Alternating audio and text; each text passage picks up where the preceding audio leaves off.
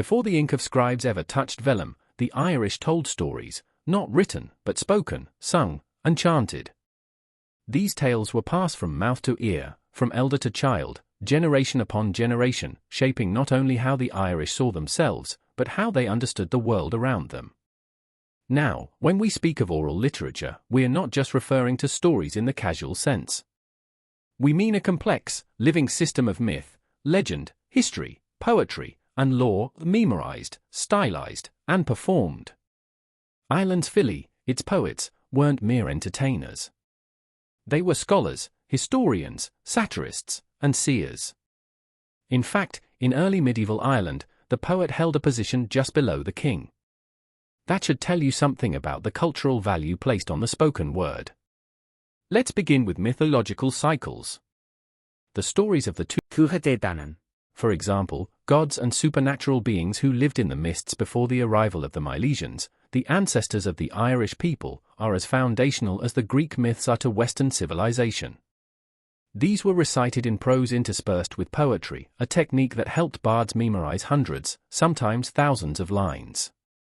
They were never meant to be frozen on a page.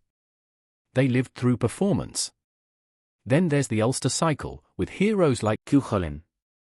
These tales weren't only heroic epics, they were moral compasses, cultural mirrors. They taught values like loyalty, bravery, and the tragic cost of pride. And importantly, they adapted with each telling.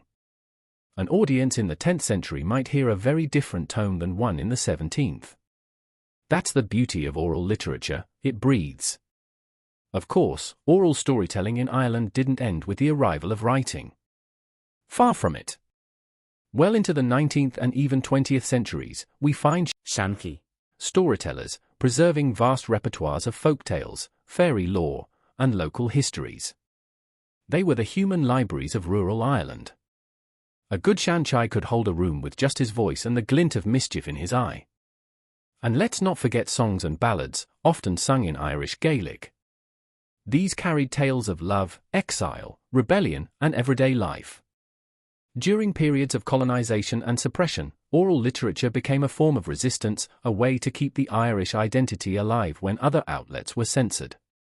Today, though written records and digital archives preserve many of these works, the spirit of Irish oral literature still pulses through contemporary storytelling festivals, in pubs, in classrooms, even here. Every time we recount a myth or pass on a tale, we participate in an ancient and sacred tradition.